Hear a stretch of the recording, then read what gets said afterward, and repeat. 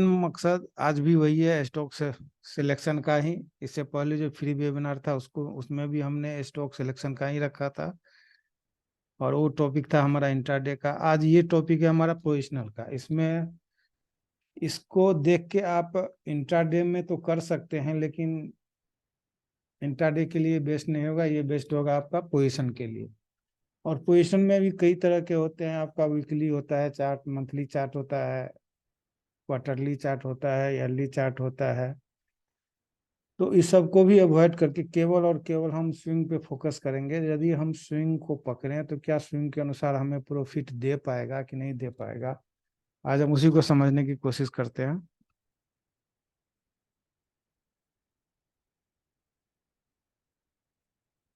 ये जिगजैग आप सब जानते ही होंगे।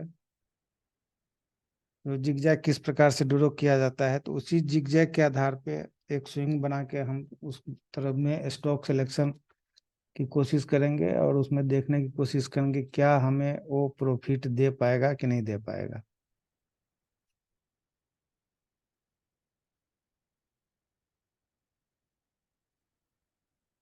ये इस तरह से कोई भी स्टॉक की जो बिहेवियर होता है वो इसी प्रकार का होता है। इसी प्रकार का स्ट्रक्चर बनाते हुए स्टॉक निफ्टी या स्टॉक मार्केट से रिलेटेड जो भी कंपोनेंट है, चाहे स्टॉक हो, निफ्टी हो, आपका सेक्टर हो, सब इसी प्रकार से चलता है जिगजैग में।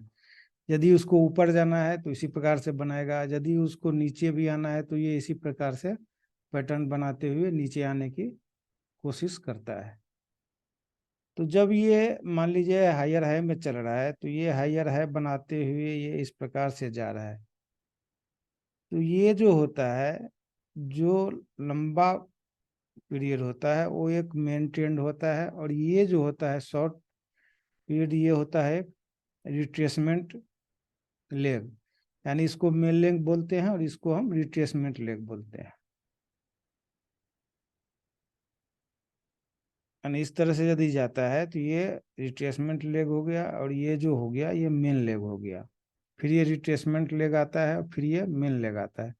उसी प्रकार से यदि डाउन ट्रेंड में है तो जो लंबा है लेग वो मेन लेग हो जाता है, जो शॉर्ट लेग है वो रिट्रेसमेंट लेग होता है। यानी डाउन के तरफ ये वाला जो लेग हो गया ये लंबा हो जाएगा, और ये अप जो बढ़ेगा ऊपर की ओर आएगा वो छोटा लेग होगा। यानी ये रिट्रेसमेंट लेग कहलाता है इसको। अब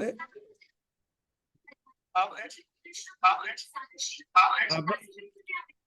आप लोग माइक को म्यूट कर लीजिए।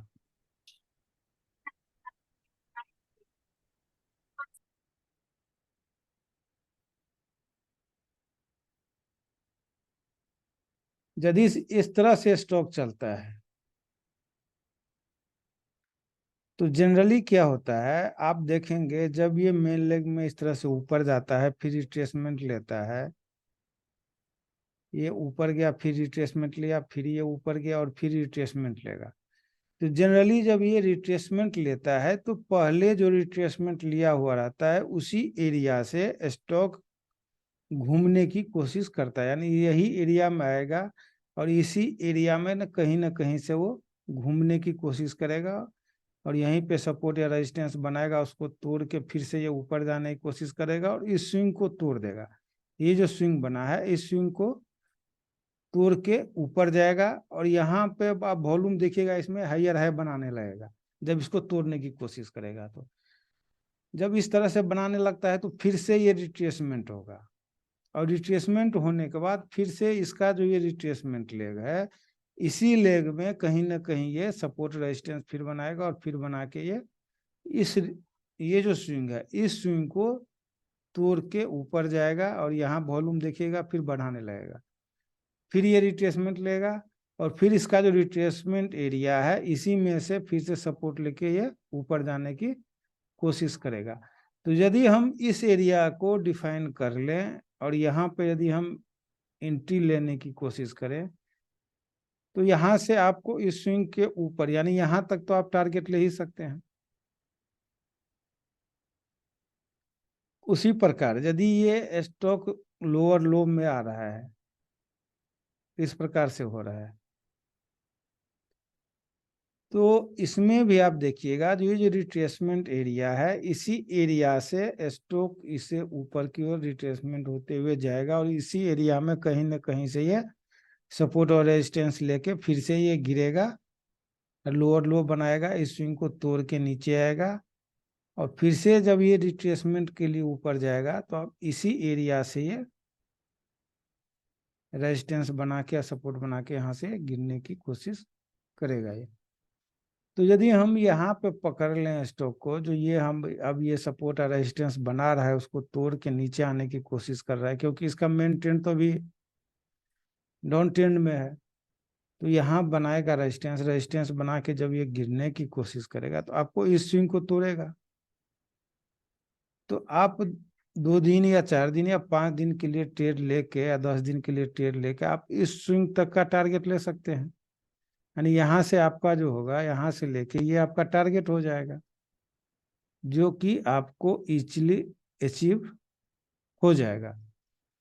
तो यदि आप स्विंग के बेस पे ट्रेड करना चाह रहे हैं, पोजिशनल ट्रेड, तो आप इस प्रकार से स्टॉक देख के और स्टॉक में सपोर्ट रेजिस्टेंस ढूंढ के आप उस स्टॉक को चयन करके अगले स्विंग तक के लिए आप उसको टारगेट ले सकते हैं, और उसमें आप ट्रेड कर सकते हैं।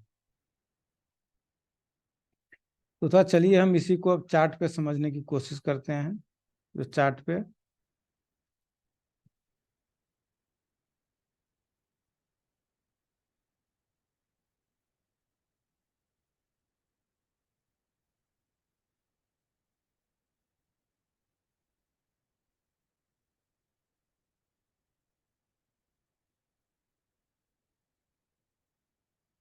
ये मान लीजिए एक लो बनाया, लो बना के ये है बनाया है बना के ये यहाँ आया है। आने के बाद ये फिर से इस स्विंग को तोड़ दिया है, यानी ये पिछला जो स्विंग था इसको ये तोड़ दिया है। तोड़ने के बाद ये रिट्रेसमेंट लिया है।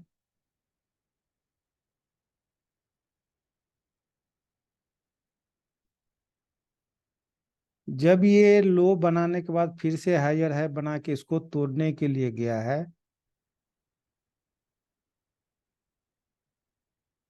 तो आप देखिए यहाँ पे वॉल्यूम बढ़ाया है, वॉल्यूम बढ़ते हुए जाके इसको तोड़ा है। इसको तोड़ने के बाद फिर से ये लोअर लो आया है। जब यहाँ से लोअर लो के लिए आया, रिट्रेसमेंट के लिए आया है, तो क्या इसी एरिया से ये सपोर्ट लिया है, सपोर्ट लेके फिर से ये ऊपर गया हुआ है। तो जब इस तरह से आप स्टॉक को चयन कर लेंगे और ये सपोर्ट रेजिस्टेंस यदि आप निकाल लेंगे यहाँ से, तो ये आपको ये मूव मिल जाएगा। यदि हम मान लीजिए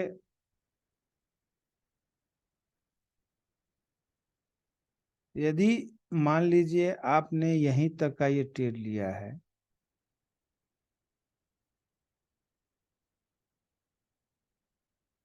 यहीं कहीं एंट्री लेके आप यहाँ तक के लिए रहे, फिर भी आपको कितने का मिल रहा है, 317 रुपये यहाँ पे के आसपास, 325 के आसपास आपने एंट्री बनाया। मान लीजिए इस कैंडल के हाई पे आपने एंट्री बनाया, और आपका एसएल तो ये स्विंग होगा, इस स्विंग के नीचे यदि आप यहाँ पे अपना एसएल रख के ये एंट्री बनाते हैं, तो आपका टारगेट ये स्विंग का हाई होना चाहिए। ये कितने का है, मान लीजिए 24 पे आप एंट्री बनाते, फिर भी तो आपको 50 रुपया मिल रहा है। तो इस तरह से आप पोजिशनल के लिए जा सकते हैं स्विंग के बेस पे। स्विंग का अध्ययन करने के बाद आप स्टॉक सेलेक्ट करके इसमें इजीली आप ट्रेड ले सकते हैं।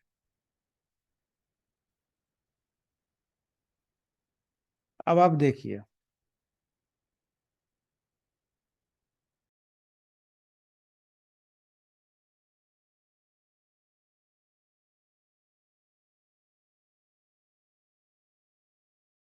ये यहाँ से हाई बनाने के बाद ये गिरा है, गिरने के बाद ये फिर से एक हाई बनाया है, और ये यहाँ से ये गिरा है।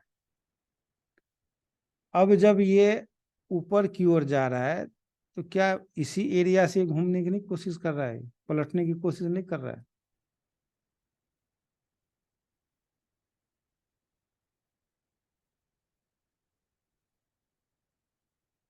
देखिए यहीं से ऐसे नहीं लग रहा है जो भी पलटने के नीचे आने की कोशिश कर रहा है। तो इस तरह से आप स्विंग का अध्ययन करके आप ट्रेड लेंगे तो उसमें आपको प्रॉफिट होने का चांस रहेगा। अब हम चलते हैं दूसरे स्टॉक पे।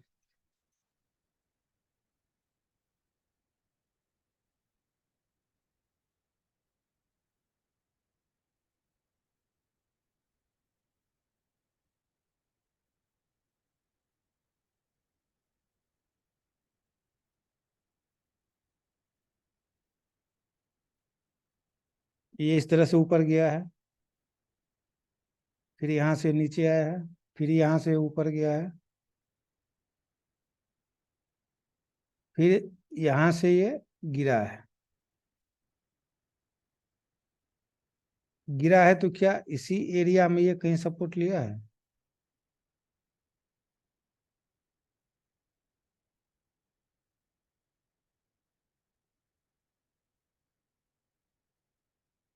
ये देखिए इसी एरिया में कहीं नहीं ये सपोर्ट लिया है। तो इस तरह से यदि आप स्विंग को ढूंढ लेंगे और स्विंग को ढूंढने के बाद यदि आप इसमें एंट्री लेने की कोशिश करेंगे तो आपको अच्छा खासा प्रॉफिट होने का चांस रहेगा। तो आप इस तरह से स्टॉक का सिलेक्शन करके उसमें आप, लेकिन ये आपको पोजीशन के लिए ही अच्छा रहेगा। इंट्राडे के लिए आप इस तरह से इसमें नहीं देख सकते। इंट्राडे भी कर सकते हैं लेकिन ये पोजीशन के लिए बेस्ट रहेगा। स्विंग के आज बेस पे आप इसमें पोजीशन बना के ट्रेड कर सकते हैं।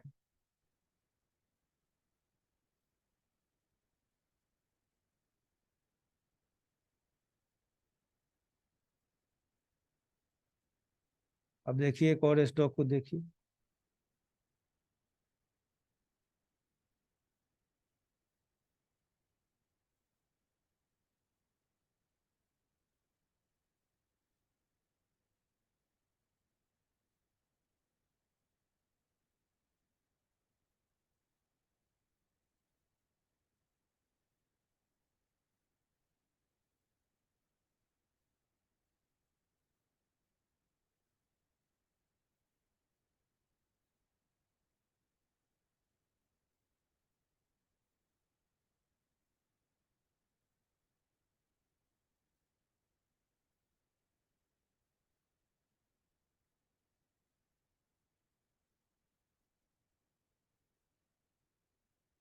ये एक लो बनाने के बाद ये है बनाया है, बनाने के बाद फिर से रिट्रेसमेंट लिया है, रिट्रेसमेंट लेने के बाद फिर से इसको ये ब्रेक कर दिया है।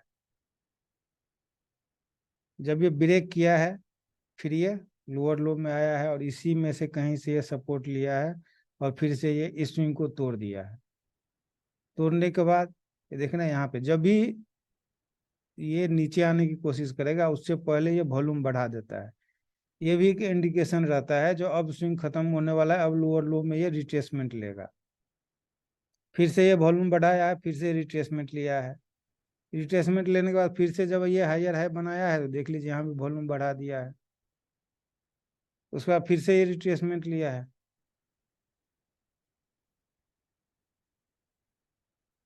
तो जब भी ये रिट्रेसमेंट लेता है अपने प्रीवियस जो इसका रिट्रेसमेंट लेग होता है उसी रिट्रेसमेंट लेग से ये सपोर्ट लेके ये फिर से हायर है बनाने की कोशिश करता है।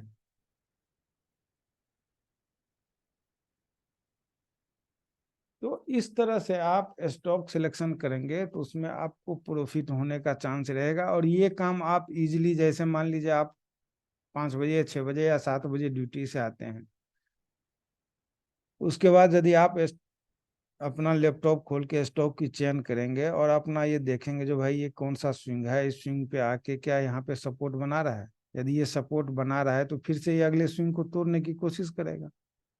तो अगले दिन आप इसमें एंट्री लेके यदि छोड़ देंगे 2 दिन या 5 दिन या 7 दिन, ये अगले स्विंग तक जाएगा तब आप वहां से निकल जाइए। यानी 5 दिन 7 दिन में आपको अच्छा खासा मुनाफा ये देके चला जाएगा। तो ये आप लोगों के लिए एक अच्छा विकल्प है। जो आप नौकरी करते हैं या जो बिजनेस में है उनके लिए ये बेस्ट एक सोल्यूशन है। जो हम स्विंग के आधार पे किस प्रकार से स्टॉक को देख सकते हैं, उसको सिलेक्शन करके उसमें हम किस प्रकार से एंट्री बना सकते हैं। यदि आप लोगों को कोई सवाल पूछना है तो आप लोग पूछ सकते हैं।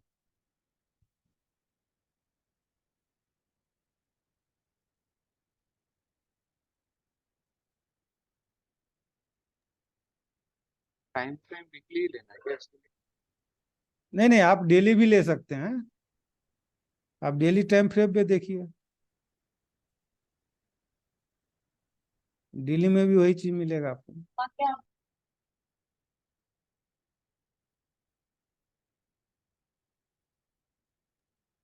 ओके। देखिए ये डेली है। सर एक बार ये वो प्रीवियस स्टॉक में जाना।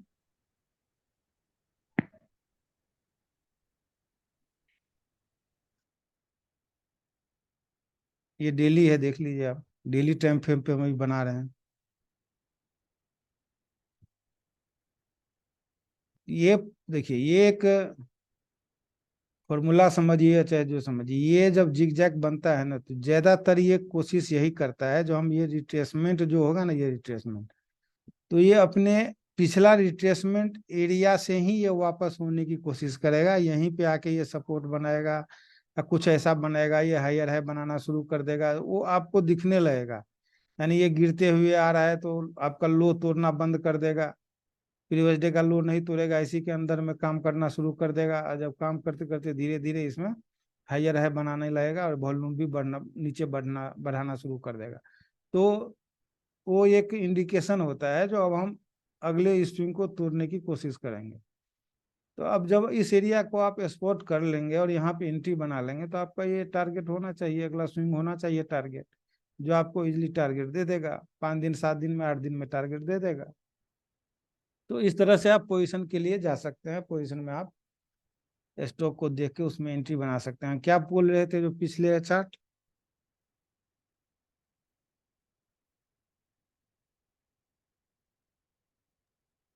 वो एक और स्टॉक दिखा रहे थे ना पावर ग्रिड से पहले। एलएनटी का? शायद।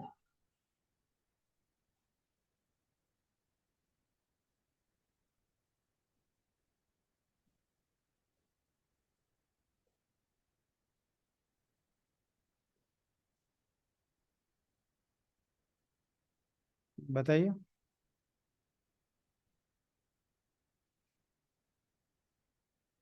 इसमें वीकली टाइम फ्रेम में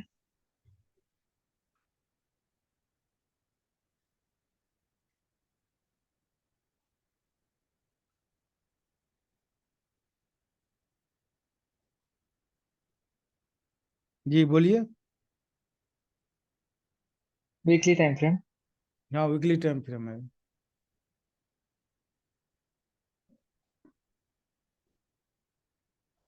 यहाँ पर जब 2022 स्टार्टिंग में जब इसने लोअर लो टाइप बनाना स्टार्ट कर दिया, क्या हमारा व्यू चेंज नहीं होगा कि लोअर लो टाइप बना रहा है?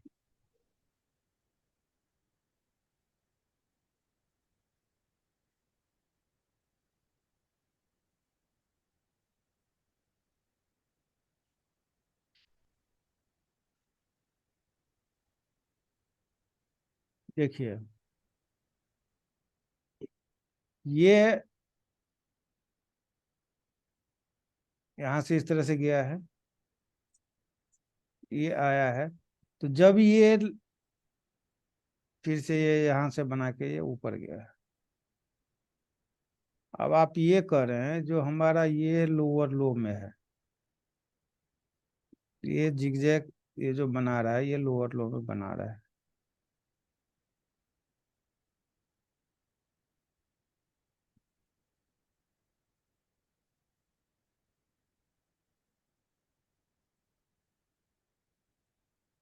जब ये स्टॉक लोअर लो में बना रहा है और इतना ही वीक है, तो इस एरिया को तोड़ के इसको नीचे आना चाहिए ना, यहाँ पे क्लोजिंग देना चाहिए ना, और इसी को फिर ये रेजिस्टेंस बनाता। यानी ये इस तरह से आता और यहाँ पे इसको फिर से रेजिस्टेंस बना के ये गिरता, ये गिर जाता, और फिर जब ये जाता रिट्रेसमेंट के लिए, यहीं से रिट्रेसमेंट लेके गिरता, तब तो हम समझते हैं हाँ अब ये वीक हो गया है। ये क्या किया, ये इसी एरिया में ये आके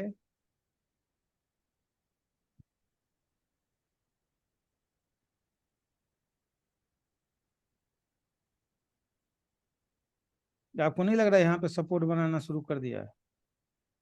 आपका ये एरिया कौन सा है? यही है ना, रिट्रेसमेंट एरिया है ना। यहाँ पे सपोर्ट बनाना शुरू कर दिया और इसके इस स्विंग को भी तोड़ के ऊपर गया है। जब ये इस स्विंग को तोड़ के ऊपर गया है, फिर देख रहे हैं आप यहाँ पे ही सपोर्ट लेने की कोशिश किया है। और जब ये इस तरह से कर रहा है तो देखिए आपका वॉल्यूम भी बढ़ाना शुरू कर दिया। यहीं पे सपोर्ट लिया, यहाँ से चल दिया है ऊपर की ओर। आपका एरिया कौन सा है? यही एरिया है, यानी ये जो एरिया है यही एरिया है ना आपका। ये क्यों इसी एरिया से,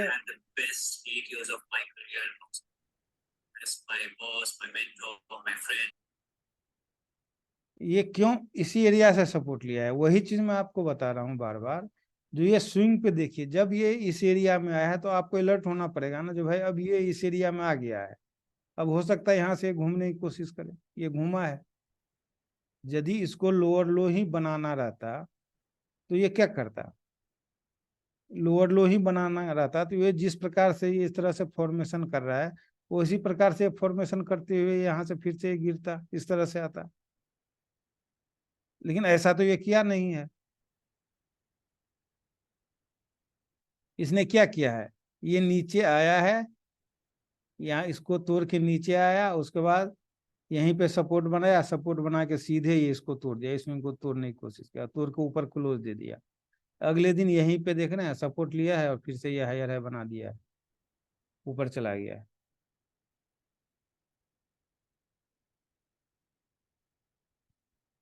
आपको पहले ही मैं शुरू में ही ड्राइंग बना के इसीलिए दिखाया था, इसको समझाने की कोशिश किया था आपको। तो जब ये आएगा यहाँ से, ये ऊपर गया है, तो जब ये रिट्रेसमेंट लेगा, रिट्रेसमेंट में इसी एरिया से कहीं ना कहीं से ये सपोर्ट बना के ऊपर जाने की फिर से कोशिश करेगा।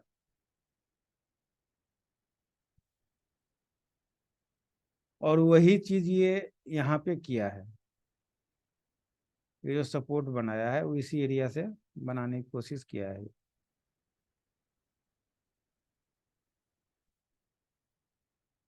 तो यदि आप इस तरह से स्टॉक को सिलेक्ट कर लेते हैं तो इजीली आपको इसमें 5 दिन 7 दिन 8 दिन के लिए छोड़ दीजिए उसको, उसमें आपको अच्छा खासा प्रॉफिट दे देगा। अब हम कैसे डिफाइंड करेंगे, ये अलग मुद्दा है। अब ये हम कैसे डिफाइंड करेंगे, जो इस एरिया में आया है तो अब ये घूमने की कोशिश करेगा, वो एक अलग एनालिसिस करने की तरीका है। वो तरीका आपको जानना पड़ेगा, उसके बाद ही आप यहाँ से डिसाइड कर पाएंगे जहाँ अब ये घूमने की कोशिश कर रहा है। बहुत हद तक मैं अभी भी आप लोगों को बता ही दिया हूँ, जो ये इस एरिया में आएगा तो सपोर्ट बनाना शुरू कर देगा। सपोर्ट जब बना देगा तो यहाँ पे वॉल्यूम बढ़ा देगा, वो भी आप देख ही रहे हैं, जहाँ वॉल्यूम बढ़ा दिया है।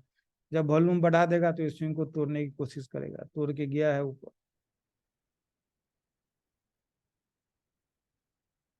तो जब इस तरह से आप थोड़ा सा मेहनत करके यदि ढूंढते हैं स्टॉक, तो आपको रिटर्न देना शुरू कर देगा। ऐसा है ही नहीं जो इसमें आपको प्रॉफिट नहीं होगा। और इंडियन मार्केट में एक ही चीज है, आप बाई के लिए पोजीशन यदि करते हैं तो आप बाई साइड के लिए ही जा सकते हैं, सेल साइड के लिए शायद नहीं जा सकते हैं। सेल साइड आप तभी कर सकते हैं जब आपके डीमेट अकाउंट में उतना स्टॉक पड़ा होगा, तभी आप सेल साइड के लिए जा सकते हैं। अन्यथा आप सेल साइड के लिए जा ही नहीं सकते, आपको बाय ही करना पड़ेगा। तो जब ये गिर रहा है तो आपको वेट करना पड़ेगा कि हमारे लेवल पे आए। 50 स्टॉक है, चाहे मान लीजिए निफ्टी 50 के अंदर ही यदि करना चाह रहे हैं तो 50 स्टॉक है। हमेशा कोई ना कोई स्टॉक आपको इस तरह से बना के देगा। आज मान लीजिए एलटी में दिख रहा है तो कल किसी और में दिखेगा, पावर ग्रिड में दिखेगा, परसों मान लीजिए महिंद्रा एंड महिंद्रा में दिख गया, अगले दिन टेक महिंद्रा में दिख जाएगा। तो बराबर आपको ट्रेड भी मिलेगा और प्रॉफिट भी होने का चांस रहेगा।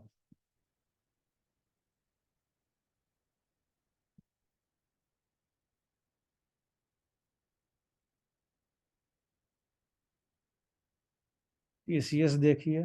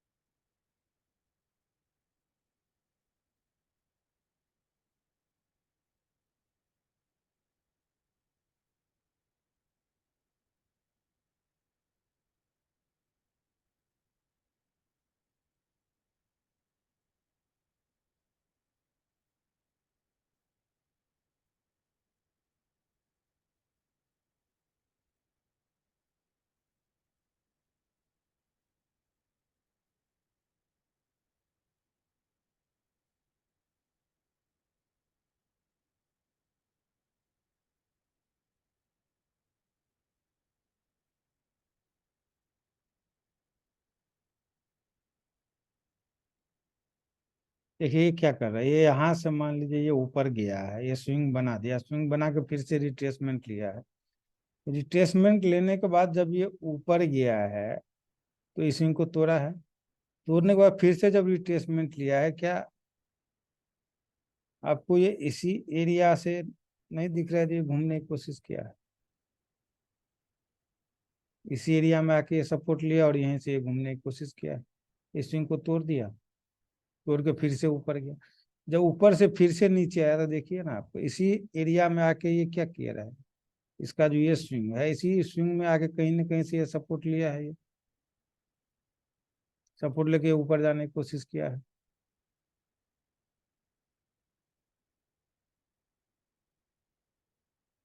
तो यदि आप मान लीजिए यहाँ भी एंट्री बनाते हैं तो कितना है, 3360 रुपये के आसपास है, ये कितना है, 3480 रुपये का है, आपको फिर भी मिल रहा है।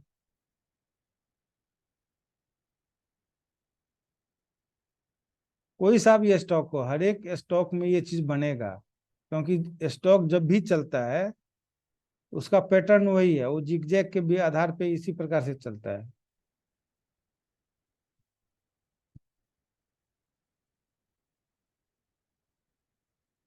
ये लो हायर है बनाते हुए ऊपर जाने की कोशिश करेगा, और यदि गिरेगा तो ऐसे ही गिरेगा।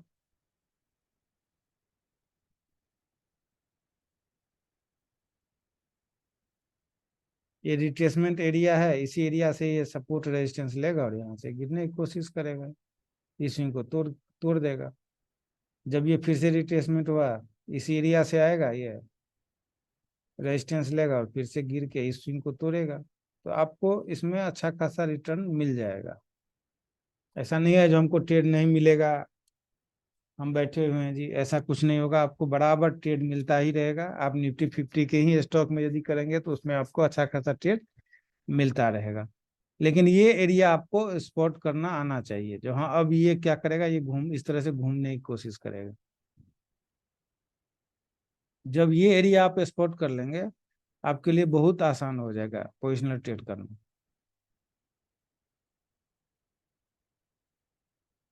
कोई क्वेश्चन है तो पूछ लीजिए, 5 मिनट का टाइम बता हुआ है, फिर क्लोज करेंगे।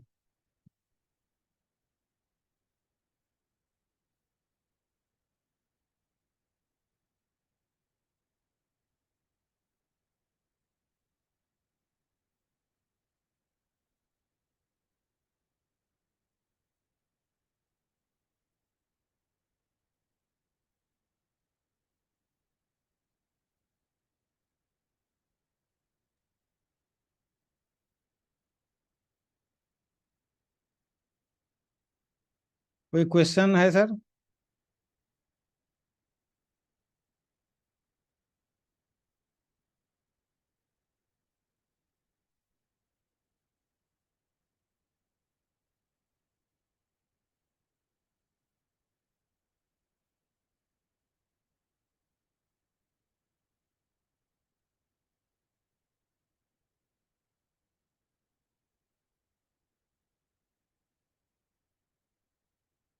यदि आप पोजिशनल में स्विंग के बेस पे पोजीशन करना चाहते हैं तो ये जिगजैग का ये फॉर्मेट याद रखिए, और ये यहाँ से रिट्रेसमेंट लेगा, इसको याद रखिए, आपको बराबर ट्रेड मिलेगा और प्रॉफिट भी अच्छा खासा होगा। जब भी ये रिट्रेसमेंट लेगा, ये इसी एरिया से घूमेगा, इसी एरिया से। यदि इसको गिरना भी होगा, मान लीजिए इस तरह से ऊपर जा रहा है, मान लीजिए इसका अपना डायरेक्शन चेंज करना है, ये डाउन ट्रेंड में आना है, फिर भी ये नीचे आएगा इसी एरिया से, कहीं फिर से ये ऊपर जाएगा और फिर आके इसको तोड़ने की कोशिश करेगा। ये आपको टारगेट नहीं देगा, लेकिन ये आपको यहीं पे बता देगा जब मैं फिर से रिट्रेसमेंट ले रहा हूँ, इस एरिया में से कहीं ना कहीं से ये गिरने की कोशिश करेगा। और जब ये गिरेगा तो फिर से ये ऊपर आएगा, ऊपर आने के बाद इस यहीं से कहीं से आपको ये दिखेगा। ये आप 5 मिनट के चार्ट पे देखिए, 15 मिनट के चार्ट पे देखिए, सब में ये चीज दिखाएगा। ऐसा नहीं है जो 5 मिनट में नहीं दिखाएगा, या आपको डेली में दिखाएगा, वीकली में दिखाएगा, सब में दिखाएगा। आप मंथली चार्ट पे भी देख सकते हैं, 5 मिनट के चार्ट पे भी देख सकते हैं, 15 मिनट के भी चार्ट पे देख सकते हैं। लेकिन यदि आप पोजिशनल करना चाह रहे हैं तो डेली से नीचे तो आइए ही मत, डेली देखिए, वीकली देखिए, मंथली देखिए, आप 5 मिनट के चार्ट पे भी ये चीज दिखाएगा।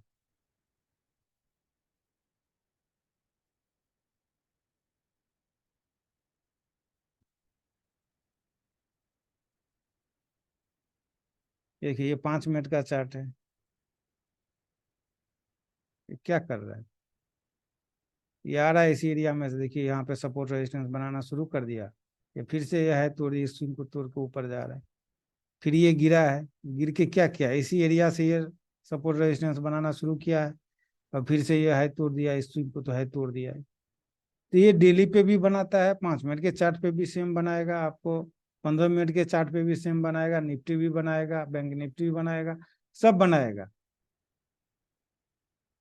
और ये आपको ट्रेडिंग सक्सेस के लिए ये चीज डालना बहुत जरूरी है, चाहे आप 5 मिनट पे डालिए, डेली पे चाहिए, वीकली पे डालिए, हर जगह आप ये डालने की, जिस टाइम फ्रेम आपको सूट करता है, चाहे आप डेली पे करते हो, चाहे वीकली पे करते हो, चाहे मंथली पे करते हो, आप इसको डालना शुरू कर दीजिए जिग जैग, ये एक गेम चेंजर चीज हो जाएगा आपके लाइफ में। हमेशा याद रखिएगा, रिट्रेसमेंट एरिया से ही ज्यादातर ये घूमने की कोशिश करेगा। जब इस एरिया में आए, आपके एरिया में, आप उस स्टॉक को वॉच करना शुरू कर दीजिए कि क्या ये सपोर्ट बना के ऊपर जाने की कोशिश कर रहा है कि नहीं कर रहा है। यदि कर रहा है वहां सपोर्ट बना कर, तो आप उसमें ट्रेड के लिए जाइए।